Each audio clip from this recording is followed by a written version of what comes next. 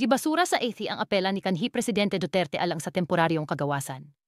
Gibasura sa mga huwes ang tanang tulo ka argumento nga gipatungha sa iyang depensa, nga nad-ingon nga wala sila'y nakitang sayop sa konklusyon sa pretrial chamber nga siya nagpabilin nga usa ka risgo sa pag-ityas og mahimong makababag sa mga proseso.